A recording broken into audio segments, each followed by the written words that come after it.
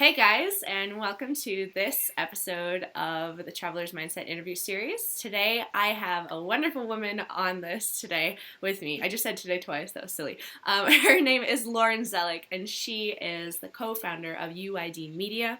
UID stands for Use Your Difference, which I'm sure, Lauren, you will tell us all about how you've been using your difference as well. Welcome. Thank you so much. Thanks for having me. Totally. I'm excited to connect.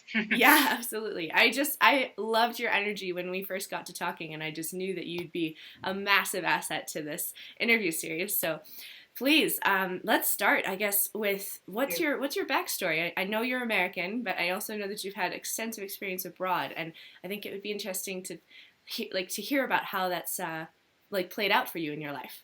Sure. Thank you. So Sure.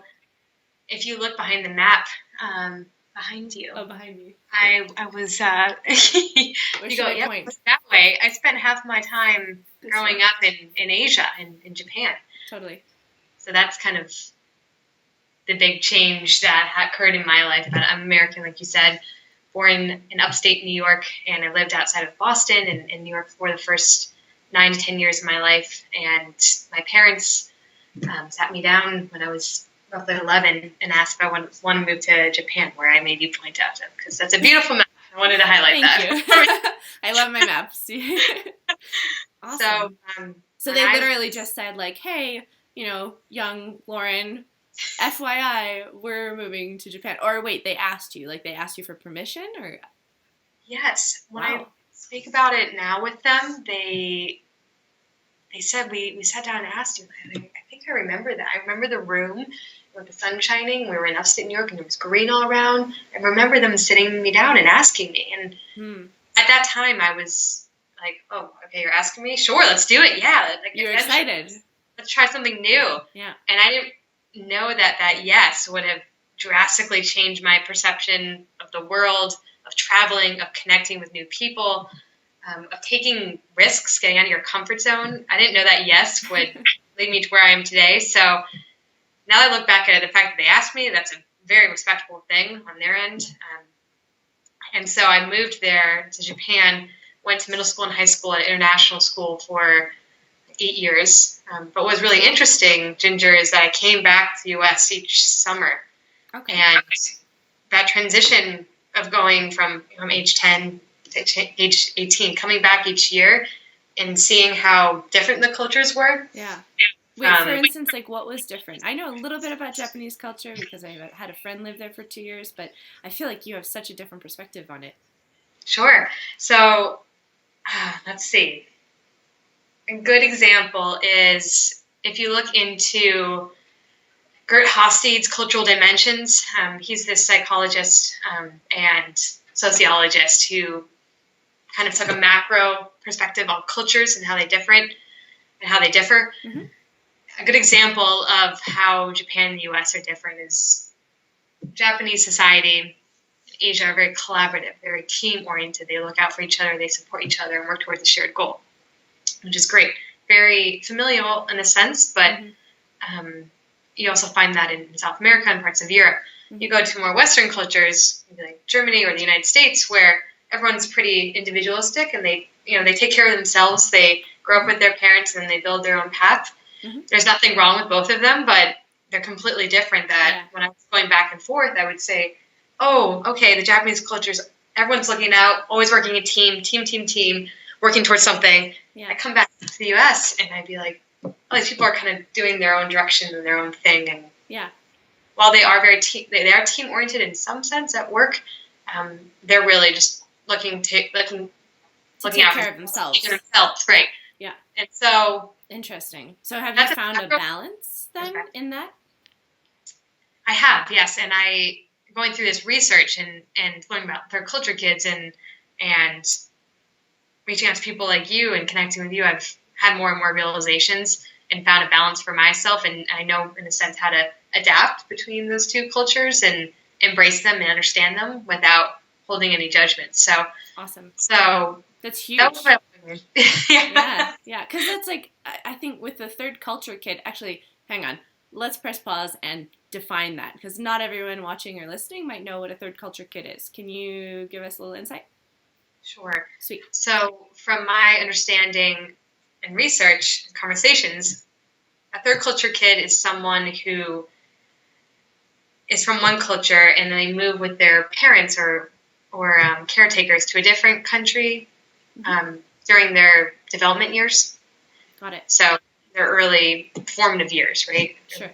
They can be very young or they can be teenagers. They move from one culture to another culture, and as a sense of product or an additive, they're a third culture kid. They have these two cultures coming together, and they're navigating that, right? Embracing it and hopefully enjoying it because it's fun. Yeah. Sounds like you had fun. Wait, okay, so yeah. so then there's so many of them. There's 7,000 international schools around the world. There's 220 million people living in a country not their own. Imagine how many of those are third culture kids. They're probably and that number must only be growing as, international business increases and, connections are just closer and closer. Yes. Awesome. Exactly. Yes. Awesome. So that's my background. Father's in international business. Went to international school, learned the language, learned the cultures, traveled all Asia, and then when I came back to the United States for university, I hung out with all the international students, even though I'm American. Interesting. Okay, so I think this is like a concept that maybe a lot of Americans don't necessarily have access to, is like, not feeling at home in your own country. What is that? Like, how could you not feel at home in America? You're American. So can you maybe speak a little bit to that feeling or that dynamic? Yes. Not having a home. It's, for me and all of the third culture kids I've met, home is an emotional thing, an emotional connection rather than a physical connection. And so I think for me, home is where I have memories and, friends and other parts of family and places I've visited and traveled and went to school. So that's when people ask me, where's home for you? I go, well, do you want to hear an interesting story? And do you time? But I basically say, I see the world as my home. I'm a global citizen. I could live anywhere. Have you lived other places besides Japan? Yes, I've been to Australia. I've been to Malaysia, Cambodia, Thailand, Europe. Been to probably 25 countries. And for me, home is the world because I can live anywhere. I can meet new people. But then I also have like emotional connections with where my parents live, where some friends live. Totally. I have where my university is. I have here in DC. So I had a kind of piece of my heart everywhere, and that's what I consider home. Awesome. And then how do you get from that, the connections all over the place, to what you're doing right now with your work with UID, Use Your Difference, like media? I know you guys have a magazine. I know you have an online platform, putting together a university as well. So how did that even come about? I mean, it seems like it really matches up with your skill set as more of a globally minded thinker. So the way I involved with UID was, I was kind of, when I first moved to DC and after college, I was going through a lot of self-understanding. Sure. Necessary at my company. It's a very different demographic, and I wasn't connecting as quickly with people as I thought I would. So I discovered UID and Tayo Roxon. Who's the co-founder, right? Yes, Tayo Roxon. Through his As Told by Nomads podcast. And because I was so confused with myself as a 23, 24-year-old and saying, where do I really fit in? When I found his podcast and I learned about what a third culture kid is, I got so much perspective on my life and like me living in Japan, and I felt like I was self-aware and understanding, this experience changed me for who I am today. So I found his podcast, reached out. Never thought he'd email me back. It's so funny that we always think like, okay, they'll never email me back. It's just not possible. Totally. And then they do.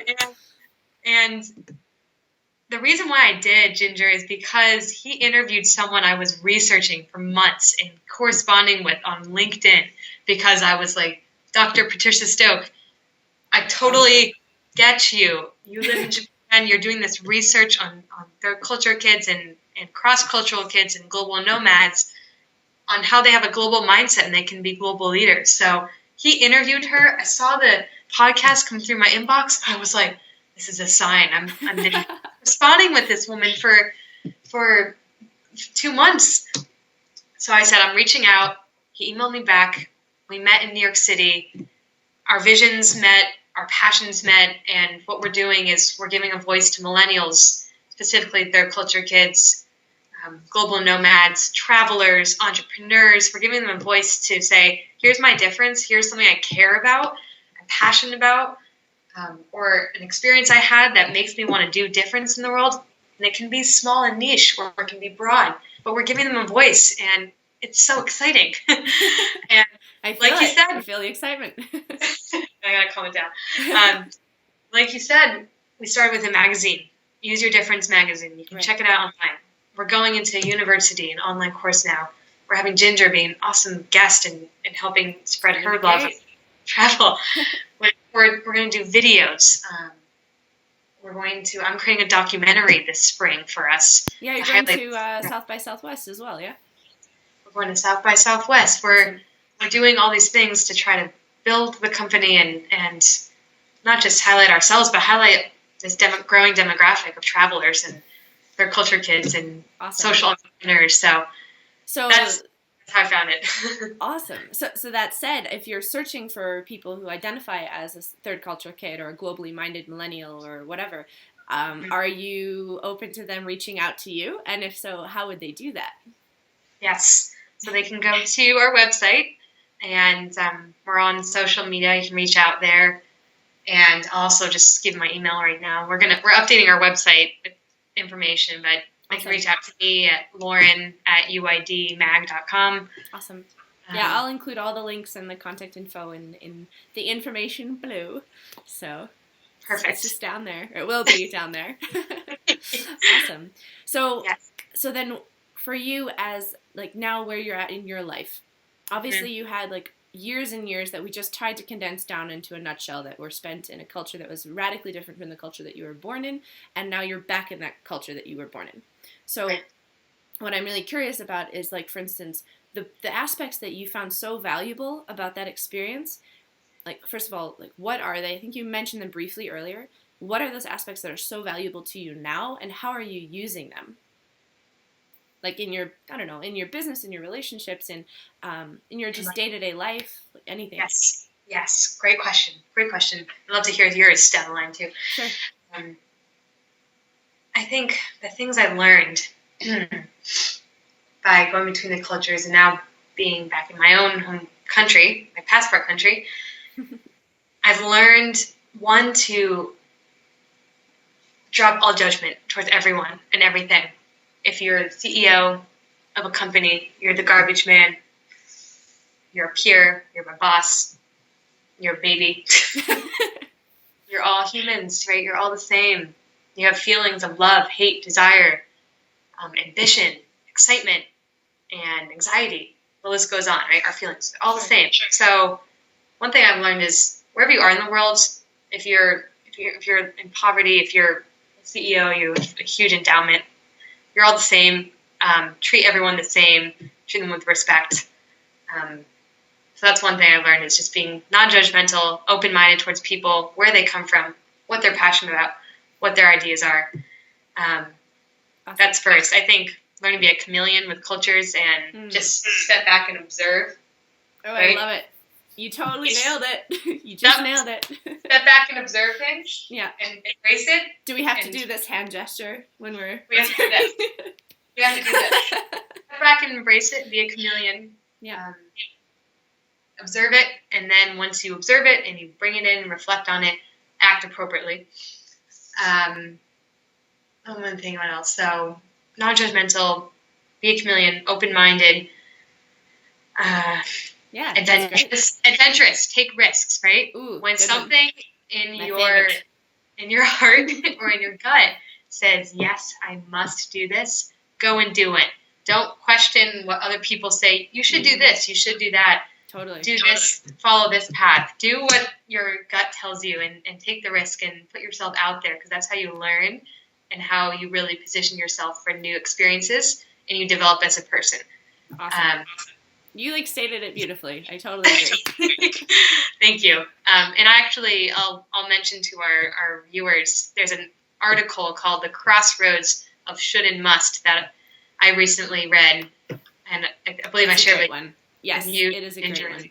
And Tayo, and everyone else in my network, and it's really inspiring, and I encourage anyone watching this to check it out. It's by Ella Luna.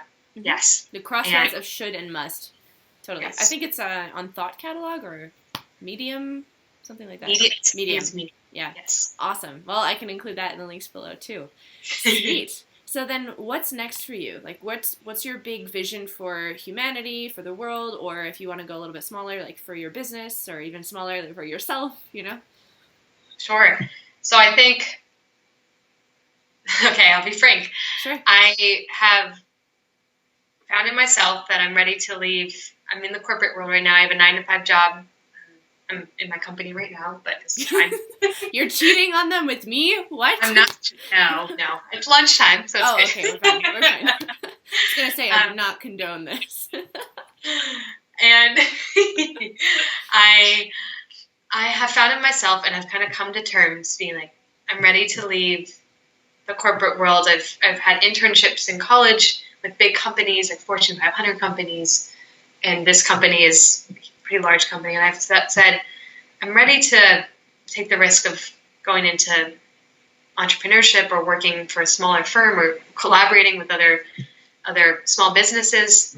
I'm ready for that. So that's personally. I'm transitioning from these internships and this job I've had for the last year and a half to go out and explore, be an entrepreneur, support myself financially, partner with other organizations, and I do contracting, freelancing on the side if I need to, right? Totally. So that's with myself. A lot of that time I'm going to have back, I'm going to devote to Use Your Difference, and then working with people like you, Ginger, to help support each other and grow the companies and grow this passion that we love. So I will be focusing more on the marketing, business development, and client partnerships or startup partnerships for UID. And my main priority right now, project within UID, is the documentary I'm creating. Ooh, can you tell us about it? In May, yes. So let's see, where do I start? Well, it's probably about third culture kids, isn't it? I don't know. Yes. Okay, cool. So I had a friend send me this organization called the Millennial Project. It's a nonprofit that sends entrepreneurs or thought leaders or just people who want to care about a cause on a day trip across the United States via train. So my friend sent it to me and said, "This is you. You have to do it. There's just something telling me you have to do it." And I go, "What am I going to do?" And then one day I go on a run. I figure it out. I say, I'm going to link it to UID because I'm helping grow this business and working with Tayo. So I'm creating a documentary. I secured a seat on the train after raising money, and nice. Congratulations. Thank you. It was tough, but I didn't know I could do it, and it's until you did it. Until you did it, you put yourself out of your comfort zone, right? So I'm going on a 10-day train trip, stopping at 6 universities and schools across the U.S. to sit down with international students and third culture kids to create a documentary. So that's my main project for the company now, and I hope in the summer and spring to use that to position ourselves to new markets. So great. Well, good luck with that. Awesome. Yeah. Nice. And long term. Yeah, big vision. Like we'll be partnering with you, and we'll be that's short term. I'll do it short term. Yes. We'll be traveling, going to speaking engagements, creating documentaries, doing interviews. Sure. And I guess I'm mostly curious about like the big why behind it. Like I know there's a huge benefit in having all of these characteristics that a third culture kid sort of inherently has, but what's the big why? Is it to connect those third culture kids with each other and have them be able to like congregate on this online platform, or how, like, what is it exactly? Yeah. So I think that is connect them and have them say, you have a community. There's a lot of people out there who are third culture kids and they feel like they don't have a community. That's the first. Second, I think, is to highlight to future employers these globally minded individuals, right? As assets, as real assets to their businesses. As assets to help promote innovation, thinking outside the box, considering different markets and different opinions, right? Yeah. Because these people grew up in that situation. And I don't say it's just for third culture kids. It can be for travelers or entrepreneurs, people who are just going against the status quo to do something good. But that's what it is. It's a community to have people support each other, inspire each other, but then also I see it as a mechanism to future employers to say we need these global leaders. Why not tap into this demographic? Great. Awesome. Well, I'm totally on board, and I think anyone listening, if you're aligned with those values, then totally check it out. I mean, I'm certainly going to, so awesome. Now, my one question that I always try to ask people, and this might not be the case for you because you said that you were excited when you were 10 years old and your parents approached you to say, hey, Lauren, like, are you okay if we, move to Japan, like, across the world? And you were like, yeah, let's do it. But I'm just curious, like, at any point, was there a challenge that you faced that you really, like, felt, bogged down by, or just, like, really in it, and I don't know if it was depression or something that, like, just didn't jive with you about Japanese culture or whatever, but a lot of people have this idea that, oh, it's going to be so romantic and wonderful traveling and living abroad, and it's like, yes, it is, and it's not all sunshine and butterflies. So can we talk a little bit about the parts that aren't sunshine and butterflies for a sec?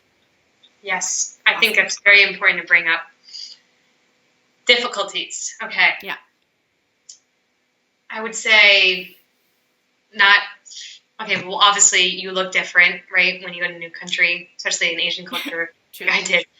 I think, like, becoming a minority when you were just raised in, like, oh, people look like me, and in upstate New York.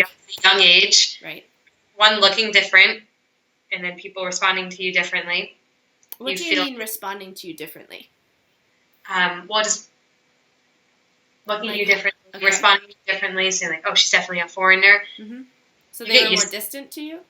Distant when you were when I was younger, and mistrusting, or am I putting words in your mouth? I would say that. Interesting. And I think the first thing is when you go to a new country and you don't seem like you look like you fit in, you feel like you don't fit in, you become shy and a hermit, right? Mm-hmm. And you close off. You close off, and so you feel like you have no community, right? Mm. Example of this is when I went to my international school and I had a sandwich, right? My mother had made me, and everyone else was eating onigiris and other cultural foods because it was international school from India, ranging to parts of Europe. Everyone had different lunch, and I had this white American sandwich. Sandwich. I don't eat sandwiches anymore. I don't know why. I eat Japanese onigiris. And I was like, people looked at me like, oh, you're not eating the stuff that, like, you're in the country with. And I was like, oh, I look differently. I'm eating the wrong thing. I need to go away and be a hermit. So that was a big challenge. I think a second challenge was if you're in a country learning a foreign language, you're around it, you can't understand anything. I was thrown into Japanese courses, and my academics were really, really challenging compared to my public school in the U.S. So that was super challenging. And then I think I was so excited for the adventure.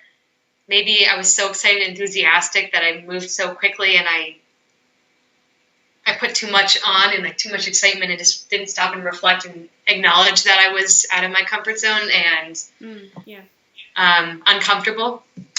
And all of these encompass just feeling like I don't have a community. I don't have people, like, wanting to learn about my culture, where I came from. And I'm in these hard academic settings and learning Japanese. I would come home each day just bawling my eyes out, and my mother could not figure out why. So for 2 months it was like that, and she would do 10. research, and I was 10. And I remember being so excited for the first month to 2 months there, but then it just hits you because like everything is the so romance is away. Yeah. Like the 2 months. I think it's actually, there's like a proven curve, especially for students who study abroad as well. It's like you're on the honeymoon high for about a month to 2 months. Depends on the person, right? And then there's always a dip. There's like always a slight dip here, and then there's the challenge. Then there's the reality sinking in. Then there's I feel isolated. I don't feel like I identify with anyone, or I feel strange. I feel wrong, like I'm doing things wrong. And then slowly but surely you round that curve, and then you're on the up and up. So, like, people will go through different processes, but it's just that it's great that you experience that at such a young age, because now I think, from what you're saying at least, it sounds like you can reflect on that and know that if that happens in your life, that's just a natural process of getting into that flow of, oh, I'm just, out of my comfort zone, it's uncomfortable, and I know there's a dip, and okay, I'm going to ride that dip. Exactly. You embrace it and you recognize it. You really reflect on it and you acknowledge your feelings. And I think that way too, with like the roller coaster. Yeah. Well, that you just. Oh yeah, it's a roller coaster. Like that. I think when you're going from that dip, like you're at the bottom and it's going up, that's when your subconscious is learning all these things and it's coming forward, and you're like, oh, I understand why this person responded in this way and why they acted in that way. Yeah. And I know how to be confident in myself because in my culture, because I'm starting to learn this one and take bits and pieces of it and put it into my behavior and actions and communication. So I think that dip is when you're at that low point and you start to go up. It's when things in your subconscious that you've been experiencing for the last 2 months start to come up here. And be conscious. Being conscious about it. That's what I believe. Beautiful. And when you can continuously do that more and more throughout your life. Oh yeah. I think the stronger and more well-rounded of a person you'll be and happier. Yeah. And what is that phrase? It's like, what doesn't kill me makes me stronger. It's like sort of like that idea. Yes. It's like, we're like really using big gestures today. I don't know where this is coming from. It's awesome. It's good. Gestures are good. They are. They're such useful communication tools. Oh my goodness. Yeah, I'm sure you know more than I do, especially with like bowing and whatnot. That's probably very important. Awesome. Yeah. I've had to take it away when I came back from Japan to the university. I was doing this so many times. Thank you. Thank you. And I still do it. Yeah. But I had to diet down, and I think when I talk about my upbringing, I do it more and more. Definitely. Yeah, because your brain goes back into that track of thinking, or that track of a way of being that you've, collected for yourself and built for yourself. That's really awesome. Well, okay, so do you have any final piece of advice for, let's say, a first time or a second time traveler? They've done the travel thing around the United States and they totally, they love it, and they love exploring and adventure, and so far they've only had it in their own country. And they might look at someone like you and say, like, wow, like, that's just so out of my league. I can't imagine doing that. It's so scary. Like, how could I ever live in another country for a year, or not to mention 8 years, right? So what would you tell that person to almost persuade them that it's actually a great idea and it's totally fine that you're scared? Yes. And I think I want to start with, you can do it. You can completely do it. If you've never lived in a different country, don't think that you can't, because you can, right? It's so logical. It's not very logical, but I'm just giving you whoever's watching this inspiration. You can move to a different country and be successful. You will be so successful. There will be rough times, but you'll have such a great experience. Okay, so your question is, how can I persuade them to want to travel, get out of their comfort zone, and live in a different country?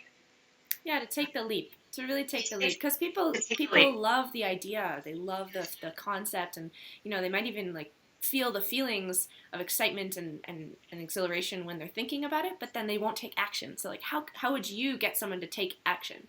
Yes. I would. Turning ideas into actions. Well, if I had to sit down with someone and say, well, where would you want to live? What really excites you? What makes you want to do this? And why are you try to figure out why they're not taking the action. I would look at opportunities that are pretty concrete in those countries or where they want to live or experience. Right. If it's an internship, if it's a volunteer experience, if it is a retreat. Study abroad.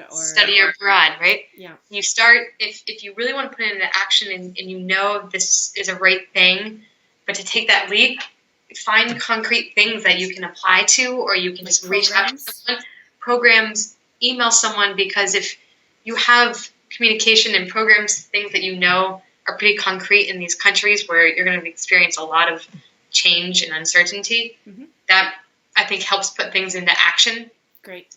Awesome. Creating a time frame for yourself, right? Looking at a calendar and just saying, well, I see myself right now, it's February 27th, 2015, in 5 months, I want to be here. And so looking at a timeline and say, what actions will I take to create this opportunity to live in a different country?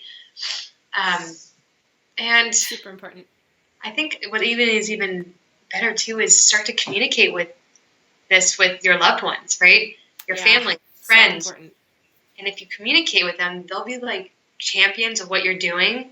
That will motivate you and inspire you to keep pursuing living in a different country or studying abroad. And what if they're not? What if they don't support you, and you still really feel like it's the right thing to do for you?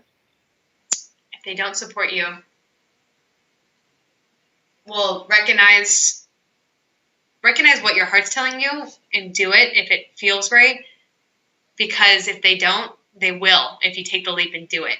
They'll see the benefits of the experience you had, the perspective you've gained, the risk you took, and what you've built out yourself by doing something. Like, if you don't get the support, just do it, because they'll love you. They'll still support you, but they'll not actively, show that support immediately. But if you just do it, they will come back saying, like, wow, I totally support you in what you did. Yeah. And the reason why I say that is because my two brothers never lived abroad. And the one that's older than me, they're both older, but the middle one of 3 kids, he did exactly this, right? He went to school in the United States, university, got a job. When he worked there for a year, he said, I'm quitting my job, mom and dad, and brother and sister, and I'm joining the Army. And my father and I were like, I was like, yeah, do what you want to do, like, chase your passion. He's like, this is why I'm doing it. It's right for me. I'm passionate about it. I want to help my country, and I want to serve. My mother and brother were like, we don't support you at all. We can't believe you're ruining your life and doing this. My dad and I were like, okay, do what you got to do. Yeah. And it was so interesting that they didn't support him originally, but he went out and did it. And now they're like huge champions of what he's doing, because he's progressed, and he's a captain he's a captain in the Army, because he did what his heart told him and he loved to do it. That now they're supporting him so much. So if you don't have that support initially, recognize that, find other ways and other people that will support you. Sure. Even if they're just people like you or like me online, like, we can support you. We're here. That's why we're here. Watch some videos and reach out to us. If they don't, find other ways of support, and if you take that leap, take that jump, your family or friends that maybe didn't at the beginning will at the end. Awesome. I would high five you. Okay, let's high five. Ready to go. Yeah. Awesome. Well, thank you so much for sharing your insights, your experience, like, all the good stuff, and I'm just so happy to have you on. Anyway, we'll have all of the links below, and I hope everyone watching has enjoyed your energy as much as I have. Thank you. I get my energy a lot from talking about this and connecting with people. So anyone who wants to reach out to me, just questions, Sounds I'm good. happy to connect on phone or over email. Awesome. But thank you for your time. You're welcome. Thanks, Lauren. And let me share my story. Totally.